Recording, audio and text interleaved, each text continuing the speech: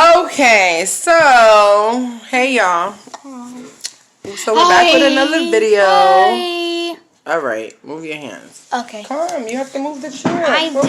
did. Okay, so this is a video about Zion. Yes. And today, Zion had an IP meeting. Yep. And I attended the meeting this morning, and come to find out, Zion is doing an amazing job in school. Zion is a part of, royalty is like doing the most right now. Zion is a part of District 75. The school he goes to is P94. Keep everything away from me. And basically, District 75 is for children who have been diagnosed with ADHD and autism. And, just let her play with it, Mom. yeah, so it's a school that basically has a curriculum and teaches them the way that they learn. Why are you acting up? So, I'm going to give you a little bit of history. Zion came from a regular public school that had children. No, let me back up. I had Zion in 2008. I had Zion at 6.5 months. Oh, wait. I'm going to say something. Okay, people, please try to keep your babies away from the phone, because they can try to cry like this and see like this. They can try to cry like that, and everybody always cries all because of voice. So he was born at 6.5 months, premature. He only weighed 3 pounds. He dropped down to about 2.5. Okay, Poopa, what's the matter? You want Baba? Yeah. I'm sorry. Y'all not even gonna believe this, because I've been doing all this talking the whole time and I wasn't even recording. Zion just pressed record again. Here. She's really acting up. Then give her to me. No, just leave her. So I had Zion in 2008. I don't even know if I'm repeating myself. I had Zion in 2008. He was born premature. He weighed 3 pounds. He dropped down to 2 pounds before he started gaining more weight. He was in the Zion, sit down. Okay. He was in the NICU for almost 3 months. He was born with hemorrhaging of the brain, which is bleeding in the brain due to fully undeveloped. Mom, people don't want to hear that. No, it's okay. It's okay. But that was covered in blood. I came out of your vagina. Yes, you did come out of my vagina. But you can't say I was covered with blood. No, I didn't say you was covered with blood. It's okay. It's okay. All babies are born the same out of like royalty. Yeah, but like royalty. Like so, royalty. wait. Come on. We have to stick to topic. So, the doctors let me know and was very clear that you won't really know how the hemorrhaging of the brain really affects him and how he functions and how he thinks and how he, comprehends things and how oh gosh, y'all don't understand. It's just royalty acting up, everybody. Okay, so everybody? I said, okay, cool. Now, mind you, every day I was crying. It was like, I was like, oh my God, my boo-boo. Yeah, my mom actually feels bad about that, everybody. So everybody, please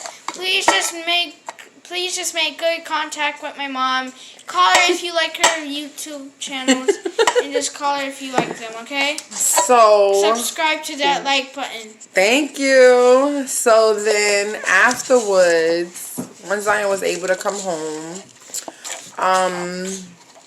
he received services immediately. Yeah, I did. To help him just, the day-to-day functioning. Even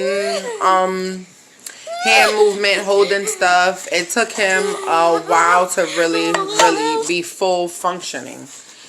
And like walking, talking took a long time. Then once he was able to do those things, as he got she did it again. As he got bigger, his pronunciation of words and stuff Excuse like that. me, everybody. So basically, I've been getting him services from since he was little. He was diagnosed with the ADHD. Here's a whale song. I would say when he was about That was my video, everybody. when he was about, I would say 6 Yeah, that was... or 5. As a matter of fact, 5. No. Because that's when he started kindergarten. So we was able to really see, Excuse since me, it was Mom. his first time in school, we were able to really see how Excuse me, Mom. But I was born in kindergarten, right? No, you were not born in kindergarten. Yeah, but I was 5 years old. Yes, he was 5 years old when he started kindergarten. And then I was 4. I was 4 years old, everybody. And then I was 3. Let's and stop. 1, 2. Okay, so as you can see, it's quiet now. Oops.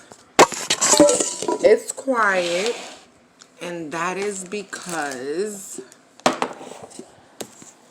I had to pause for a second from the video a few minutes ago, which this is a continuation, but I had to pause because, Zion, he's just all over the place. And Royalty, she is definitely all over the place. She's 8 months. She'll be 9 months on the 6th. But I just want to continue off from what I was saying. And the last thing I said, if you was watching the beginning of this video to the end of it, I was mentioning how he started kindergarten at 5 years old. We were really able to see how he functioned, how he learned, how he received information, his writing skills, talking skills, how he interacted with other children, how he, we were able to just see how he overall functioned once he started school. And Zion was extremely hyper. He just was like literally all over the place. I was at the school every day. So at that point in time, I committed to being a stay-home mom. And thank God that I was blessed enough to be able to be a stay-home mom. So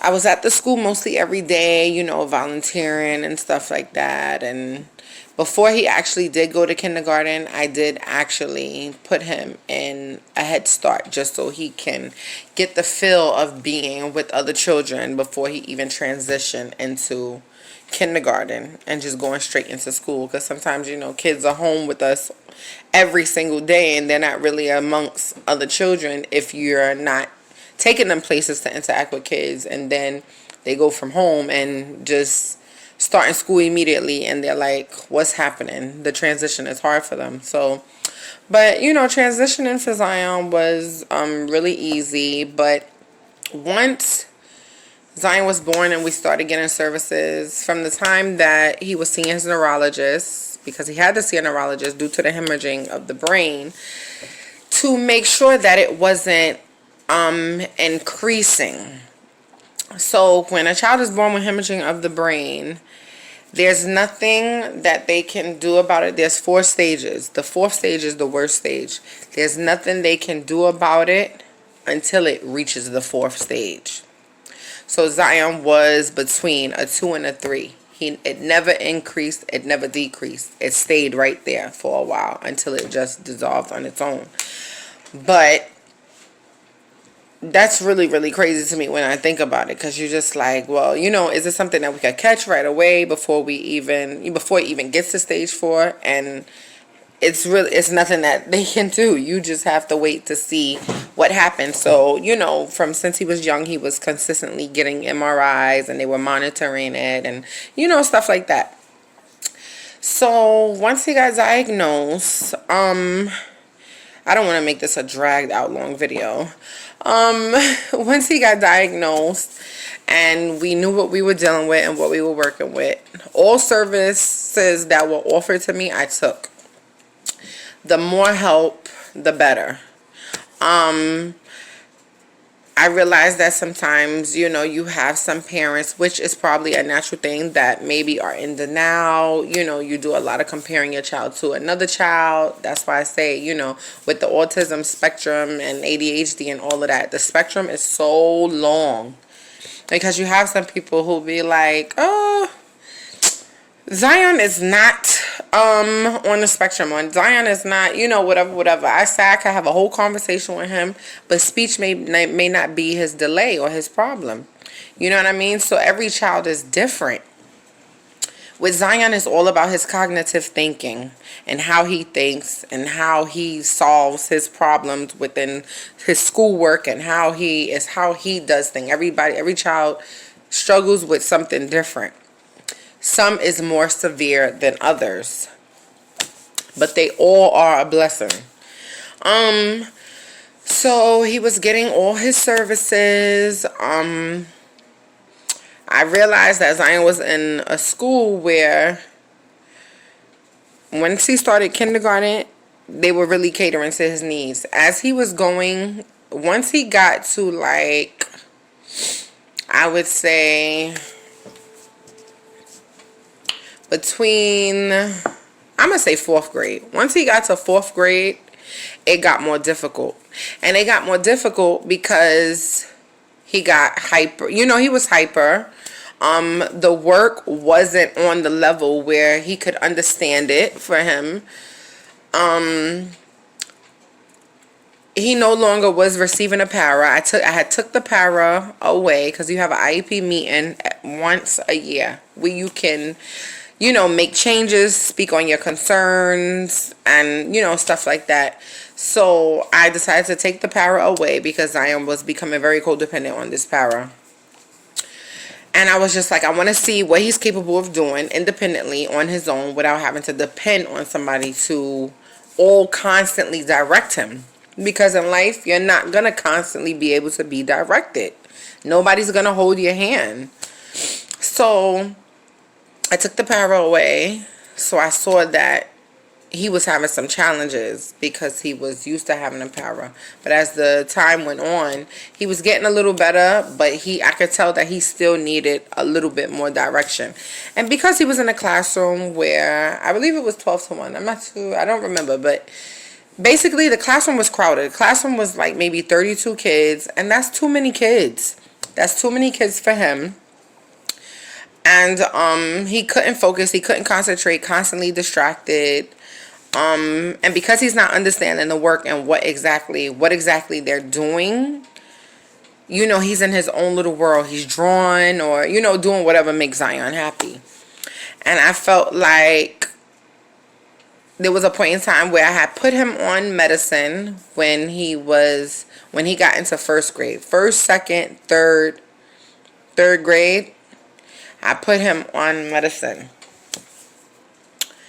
And I realized in the beginning, I felt like the medicine was helpful because it would help him focus and sit still so he's able to take in the work. But he still wasn't understanding the work.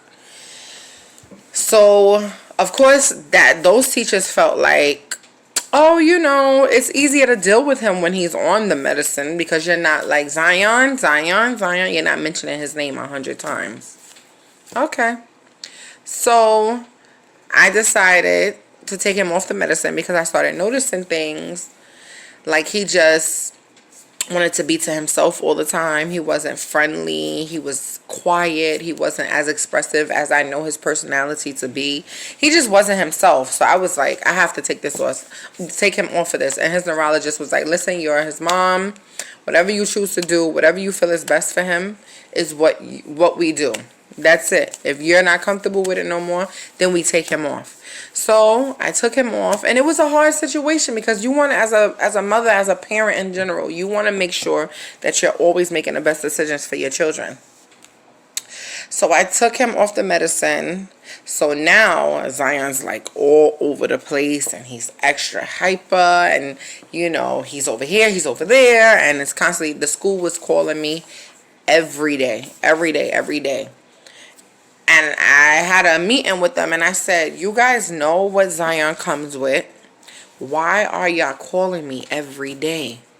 You know what you're dealing with when it comes to Zion. So I felt like in the meeting that we had, it was almost like, because they were like, there's other medicines.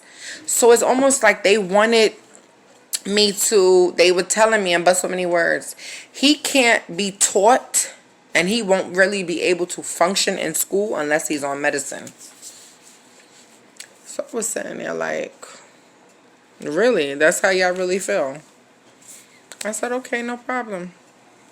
So I had another meeting with the psychologist in the school, and we had an emergency IEP meeting. Then they had already been telling me about a school in District 75 for children just like Zion. So I was like, that Zion can relate to. So at first, honestly, I was like, oh gosh, I don't know what kind of school this is, Is Zion going to be comfortable? What kind of new normal is this going to be for him? So then I decided to take the opportunity to go go take a tour. So I go take a tour of the school. I'm talking with them. Everything is going good. It's seeming cool. So they bring me to the classrooms. So I'm looking. So the school that he's in District 75, it's different. You have children, all the children in there have ADHD or autism. Or hand in hand. It goes hand in hand sometimes. But there's different, some of them are at different levels. Some of them are at different places on the spectrum. Some are more independent, more vocal, more expressive. They don't need paras, So it's different levels. And so the first class I went to, it was almost like their situation was a little bit more severe than what Zion's was. So automatically I was like, Zion can't be in this class because this is crazy. Like, Zion is not like this. Zion is independent. I want him to, be with children that he can relate to, that relate to him. So I'm jumping the guns because I'm all in my mommy emotions. And I'm like, oh my God, this is a big step. I don't know if I'm making the right decision. I don't know what's what. So I go see the other classrooms. So I have time to think about it now. So I saw some of the other classrooms. And so I seen that there was different levels and different stages and different, how they break the kids up or whatever, depending on their particular needs. So I say thank you. We'll be in touch.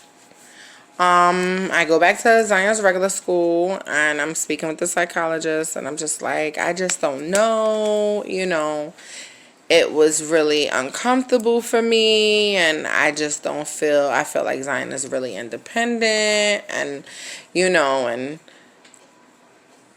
and so then I'm thinking, now I have to weigh out my options. And I'm like, Sade, if you keep Zion where he's at, he's not going to make any progress. Because what they do when Zion starts getting antsy or, just moving a lot. Come on, Zion, let's go take a walk. So he was used to taking walks all the time, taking his breaks. Which, if you're taking breaks all the time out of the classroom, you're really not learning nothing. Or they give him sheets of paper and they let him draw. So, I'm like, and if I won't know what this other school can do for him if I don't take the chance. So I don't want to stay somewhere because of comfortability and because this is what I'm used to. He's been here since kindergarten. I want to make the best decision possible for him. And when I tell y'all I was crying about it, like I was bawling. Like, because it was, to me, it was the hardest decision ever. And you really can't make a judgment on other children because everybody is in a different place. And every child learns differently, whether on the spectrum or off the spectrum. So I decide, I call up. They did let me know days before I decided to call and say, listen, I'm ready to, make my decision. they had told me days before I made my decision that, you know, there's another little boy that they have in mind to send to the school. And it's only one placement left. So I was like, I prayed about it. I'm like, God, you know what? I'm going to let Zion go to this school because I want to see what can happen. What, you know.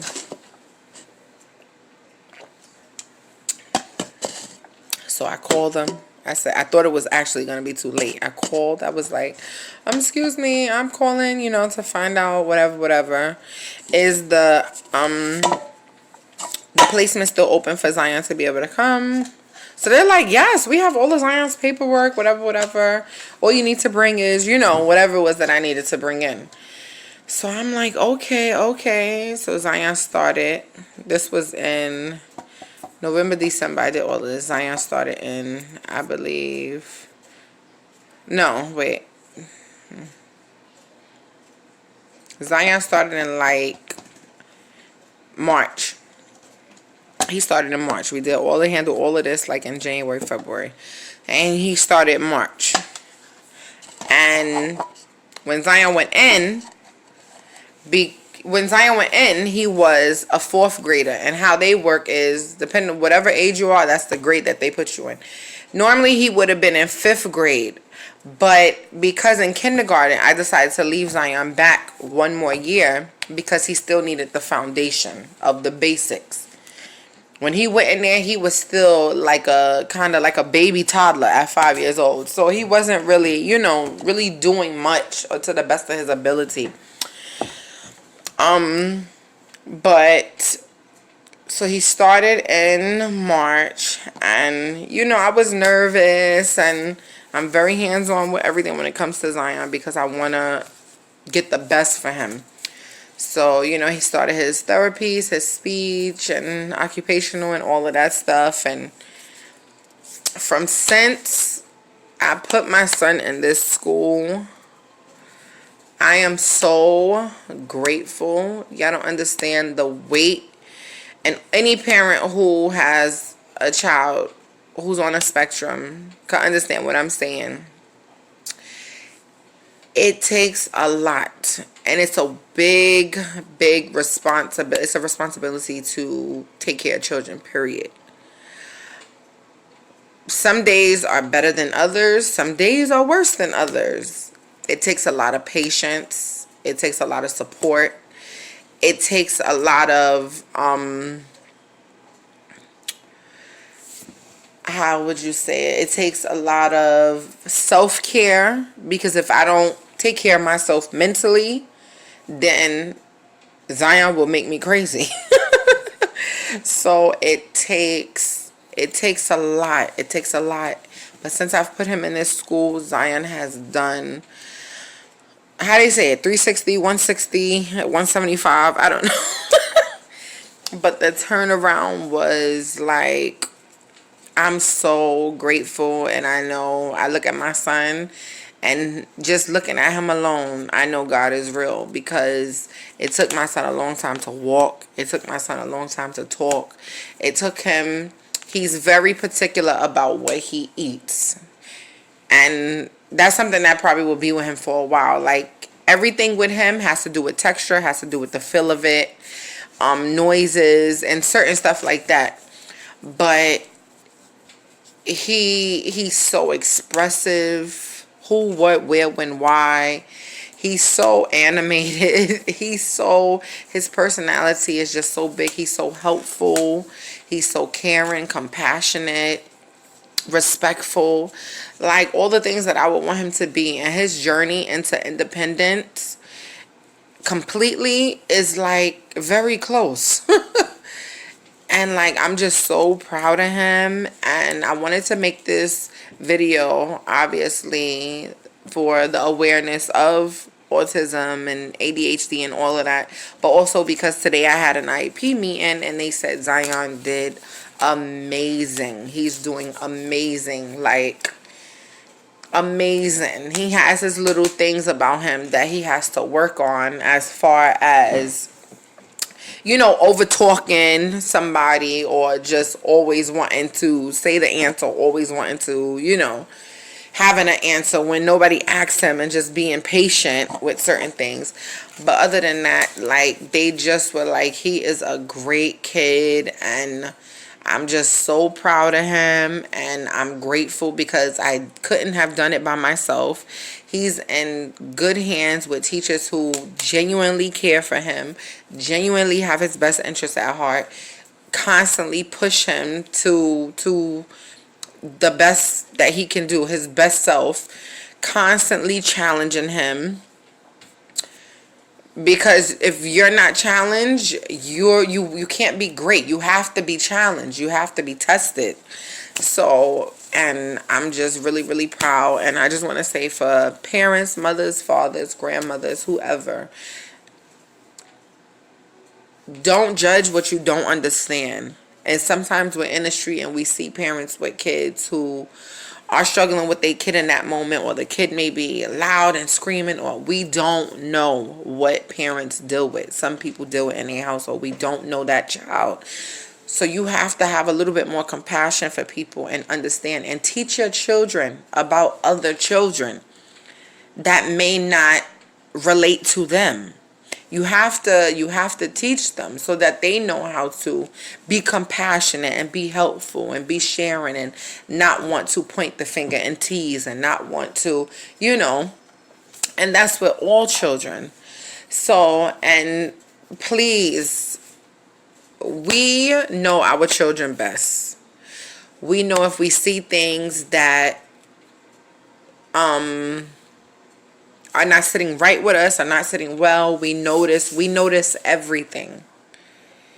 If you know your child needs extra help, and this is not just for children who may be on the spectrum or whatever, in general, if you see that your child is struggling in any area of their life, get them the help and the support that they need. It's the greatest thing that you can do for them, because it really do take a village. I couldn't have done it by myself. But I'm going to be his biggest supporter. I'm going to always cheer him on till there's no more breath in my body. I'm going to always encourage him. Encourage your children. Motivate them. Be their motivation. Sky's the limit for all of these kids. But I'm just so proud of my son. And he graduates next year. And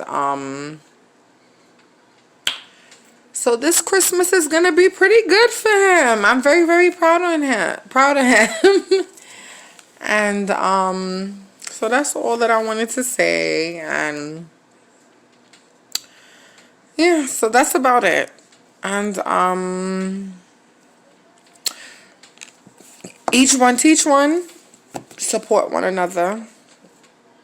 Motivate. Encourage.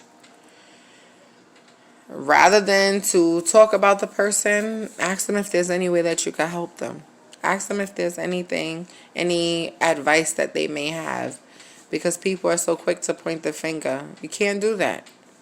Be nice. Be nice. So that's Zion's journey with school and his ADHD, and so I just wanted to give y'all a little background on where Zion came from before I told y'all about specifically what happened today. But I'm so proud, and I just wanted to share it with the world. And I know that it may not be easy, but hang in there. The same thing I'm telling you is what somebody told me. My mom told me. Family members told me. And you have to believe it. You just have to know. You can do it. You can get through it. Hold the faith. Stay strong. And try your hardest if you can. That once it's said and done, try and make some time for you to just refill yourself. Because it's hard for us to pour out when we're empty. So, you have to take those moments to just stop for a minute and just, breathe, inhale, exhale, whatever gets you going. But thank you for watching, y'all. Stay tuned for the next video. And they are sleeping. Thank you, Jesus. and I am about to do a little cleaning up. Getting ready to go food shopping tomorrow, so stay tuned for that video. And I'm taking Royalty and Zion with me. Pray for me, please. And that's about it. So see you later.